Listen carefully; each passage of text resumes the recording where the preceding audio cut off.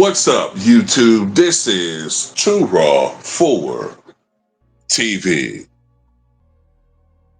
All right, so before I get into this video, shout out to the brother Lawrence for the donation to the channel via the Cash App. Salute to you for showing love once again. And he had a video request. And his video request was, what if Dominique Wilkins stayed in Utah? Now, some of you might be scratching your head and saying, well, wait a minute. What do you mean by Utah? He never played for the Utah Jazz. What are you talking about, Terrell? Well, Dominique Wilkins, if you didn't know this, was actually drafted by the Utah Jazz, I believe back in 1982. But he didn't want to play in Utah. Okay? Now, the wish was, by the Utah Jazz organization at that time, was that he would join a team that had Dr. Duncanstein, Dale Griffin at shooting guard,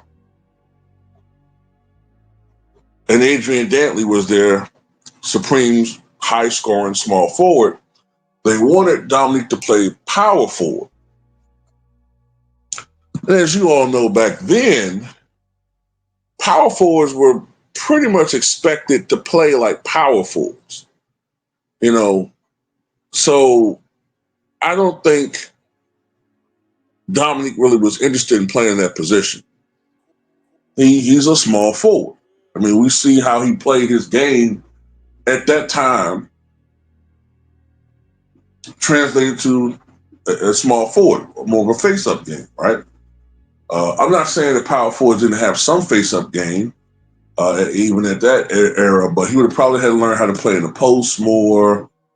He would have been expected to some degree, put on muscle. He just wasn't interested in doing that.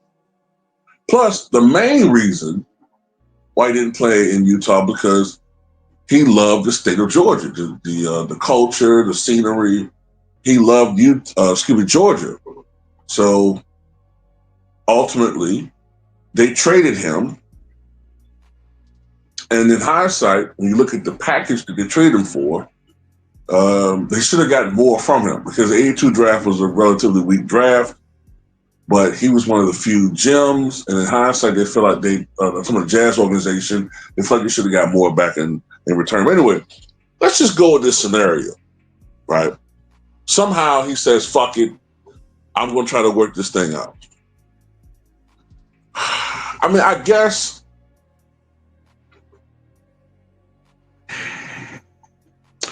if Dominique could have played more his game, and when I think about it, he still probably would have played more his style, since the center at the time was Mark Eaton, who was a rim protector and shot blocker, pretty decent rebounder at that stage. So it would have made sense spacing wise for Dominic still be more of a face-up jump shooter. But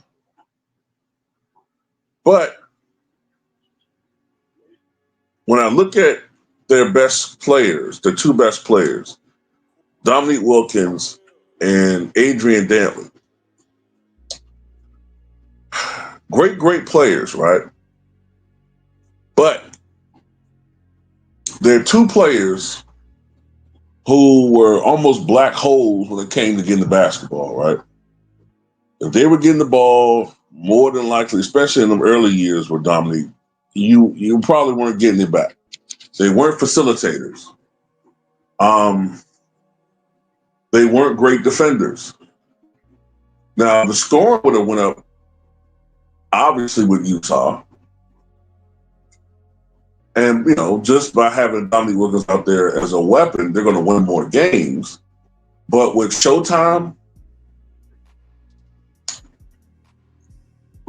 that team's not catching Showtime. I just don't see it. Even with Dominique Wilkins, I don't think that they're catching Showtime. Also, you got to think with Dominique Wilkins now added to the roster, because those Utah Jazz teams were pretty middling in real life, which is how they were able to draft John Stockton 84 and Karl Malone 85. I can't help but think that with those teams now augmented with the greatness of Dominique Wilkins, they're not going to be in a position to draft those guys. It's hard to see it.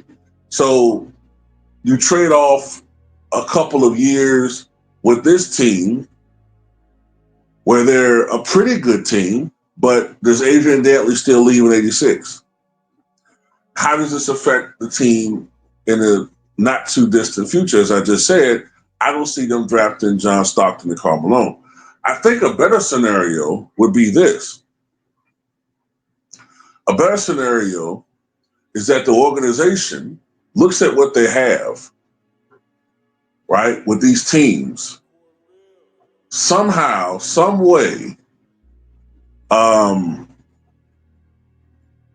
don't know how they stay in the same position, but they falter in 84 and 85, right? Let's just say somehow the team just sucks anyway, right? And they have the same record in 84 and 85 they did in real life, and they're able to acquire Stockton and Malone. They see the development of Stockton and Malone, and then management get the bright idea from looking at the team that, we better stick with Dominique Wilkins. We got to get rid of Adrian Dantley. Adrian Dantley at that time was nearing 30, was becoming more of a malcontent. Let's stick with Wilkins and see what goes. They trade Adrian Dantley. They move Dominique to the small forward position where it's more natural for him. And then you're working with something. Then you're working with a team that I think is championship material, because you already got John Stockton by 87, Stockton was Stockton. By 87, 88, Karl Malone was becoming Karl Malone. Now, of course, he would add the mid-range and all that, but that young Karl Malone, that motherfucker had a motor. You hear me? That motherfucker was a Mack truck going up and down the court. You still have a shot blocker at Mark Eaton, Thurl Bailey, Dr. Duncanstein. I'm trying to remember when they got Jeff Malone. I want to say they got Jeff Malone in 89, but still. That's a formidable team, and Dominique Wilkins. That's a formidable team. Now, that's the team that I think, because you got to remember, in real life,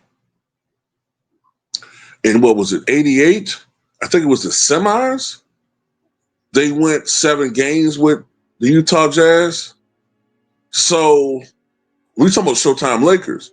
So if you add Dominique Wilkins to the mix, conceivably Dominique and them could have beaten the Showtime Lakers and won the championship that year.